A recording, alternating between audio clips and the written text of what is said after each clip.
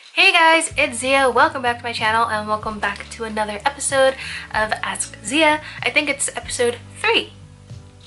Yeah, I think so. Look, new bedspread. My comforter is right here. I'm in my pajamas because I'm cold.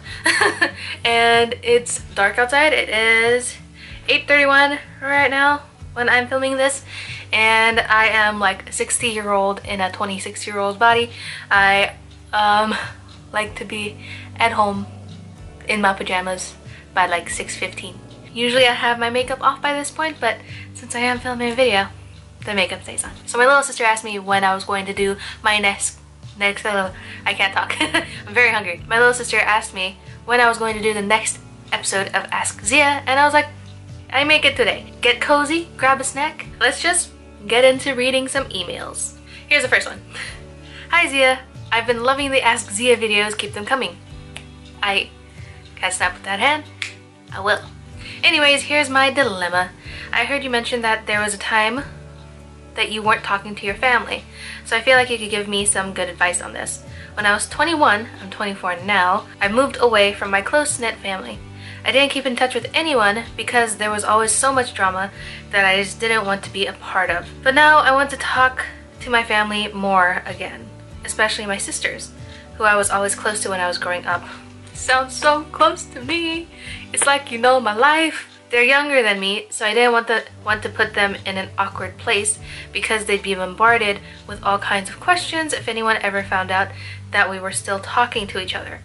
I'm not moving back yet, but I want to start rebuilding my relationship with everyone. How can I go about rekindling my lost relationships with my family? Thanks, Ziya. By the way, happy belated birthday. Love, Amy. Thank you, Amy. I really appreciate it. I'm sorry that you're going through issues with your family. I know firsthand that'd be hard. It'd be hard stuff. Hopefully your sisters are also open to talking to you again. I know my sisters were definitely open to talking to me again. My older sister especially, she always wants to talk. You know, we were really close when I was growing up. She was kind of more of a mom, and so even though we were sisters, she always took care of me and she was more of a mom figure. That's just the way it was. And with me and my younger sister, I definitely missed her, so I didn't even care if she didn't want to talk to me. I missed her and I wanted to talk to her. And as of now, like, we don't talk like all the time, but when we do talk, everything's good. So the way that I started talking to my family again was because there were deaths in the family, and I don't advise that you wait for that. If you want to start with your sisters, I think that's a great idea. You're 24. Yeah, you said you were 24, and that means that your sisters are all probably on social media, right? So follow them on Instagram, and I don't know if you guys are like in the Facebook era or not, but if they are, then get them on there, Twitter, Snapchat, literally everything, and just start, you know, texting them, DMing them, start calling them, you know, once in a while. Ask them when they're not busy, and see if you can just carve out a few minutes of any day just talking to them, asking them how they're doing, catching up a little bit. Maybe you guys can Skype or FaceTime or something. I know that has been a really big help for me. Facebook Messenger is what I use to talk to my mom and both of my sisters. But usually I video chat my little sister when she's with my mom. It's never like just one-on-one. So definitely just start calling them. I don't see how else you would do anything, especially since you don't live close by, it doesn't seem. Because you said you're not moving back, so I feel like you're probably further away and like not within like driving distance to go see them somewhere. And hopefully if you do decide to move back to your hometown, make plans with them, get lunch, go out for coffee, or whatever you guys drink, or invite them over and just spend time with them. I hope that helps. It's not hard to start talking to your family again, especially if they want to talk to you as well. So try to find out if they want to talk to you. I'm sure they do, because you guys are sisters, your family. As long as there wasn't any bad blood when you left, I don't think that there's going to be an issue with you talking to your family again. Next question. I always do this in 3s. There were times where I did like 5, and then the video was like half an hour long. And let me know if you guys are interested in seeing them be that long, because I can definitely make these longer. Next question. Hey Ziya, I would be so happy to see this on Askziya. My birthday is on March 3rd. It's really close to Ernie's birthday. So it would be an awesome birthday present, lol. Anyways, I need some advice on how to make friends. I've always been really awkward and I always have trouble talking to people face to face. I tend to either talk too much or not talk at all. Then I worry that I said something wrong, so I stay away from potential friends. How do I get over this?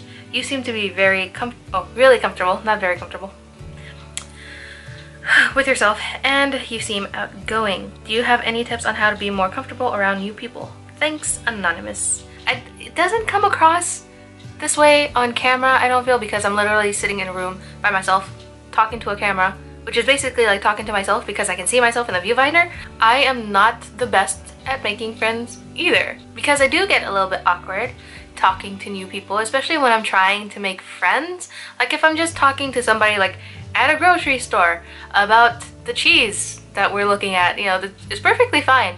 But when I'm trying to make friends, I feel like I get even more awkward because I don't want to say anything wrong. I don't want to make this potential friend uncomfortable or make them think I'm weird.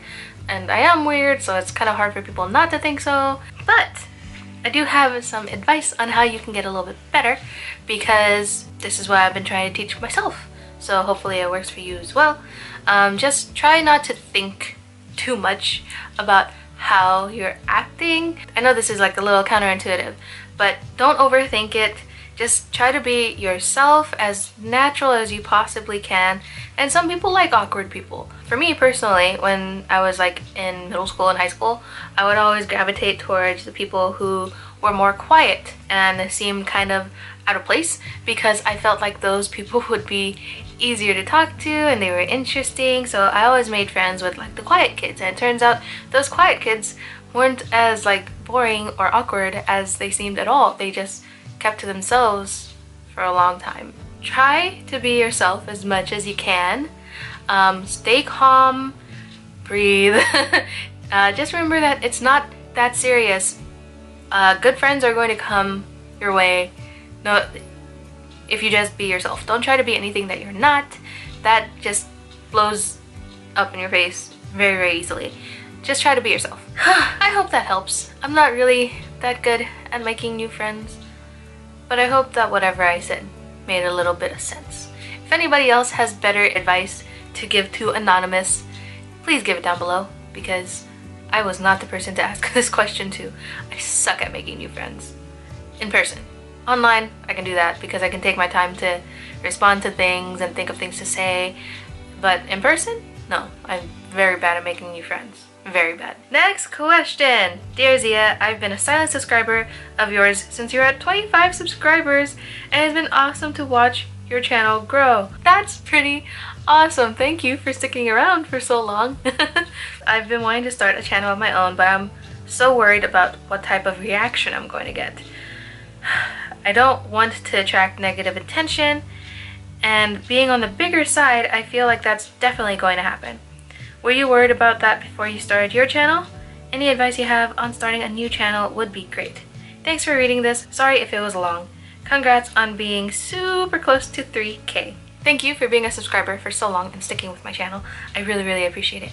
So, yes, I was definitely worried about how I would look on camera and how people would see me and like my reception and everything. I was really nervous and really scared about starting my own YouTube channel, and that's why I didn't do it for so long. I had wanted to start a YouTube channel since I was 20 years old, and I didn't start until I was 24, and now I'm 26. I wasn't going to start because I wasn't losing the weight that I wanted to lose, and I wanted to not have a double chin before I started my YouTube channel.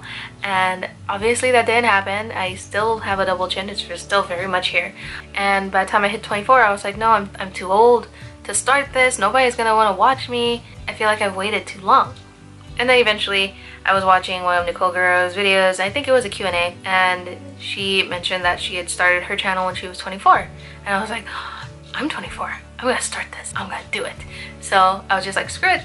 I'm not gonna wait to lose any more weight. I'm just going to do it, because I got into the cycle of wanting to lose weight, losing a little bit of weight, and then being upset when I wasn't losing enough weight, and then all of a sudden gaining the weight back. So I was just on a vicious cycle of doing that over and over again, And eventually I just said, you know what, forget it, and I just started.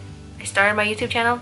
The first video that I made was a spring makeup tutorial, and it was terrible. I would not go back and watch that. It was awful. The quality was really bad, the sound was probably horrendous, the lighting was really messed up because I was way too close to my window. And I wasn't sure how to do any of it, and it's okay. That's what's going to happen when you first start your channel. There's really no getting over the fear until you actually do it. So I say just start, film your first video, and go ahead and do it. If you get a bad reception and you feel like you don't want to do it anymore, then you don't have to do it anymore. But I can almost guarantee you that you are going to get some positive comments, positive feedback on your channel. There's always really nice people who are going to watch your videos, and there are also going to be really crappy people. But you know what? That is why you have the option to block people on your channel. Maybe they can still view your videos, maybe they can still leave mean comments and it looks like it goes through, but you know what? It doesn't. You can't see it, and can't nobody else see it either. So go ahead and try. I say go try it. Try it. You should try it. And so my tips for filming is, first of all, you need a camera. Now you don't need a big old fancy smashy camera that's gonna cost you $400, $600, $700. Most likely you have a phone and you have a camera on said phone, so just try to film with that first. Get in good lighting, sit in front of a window if you can. Rude. Sit in front of a window if you can, and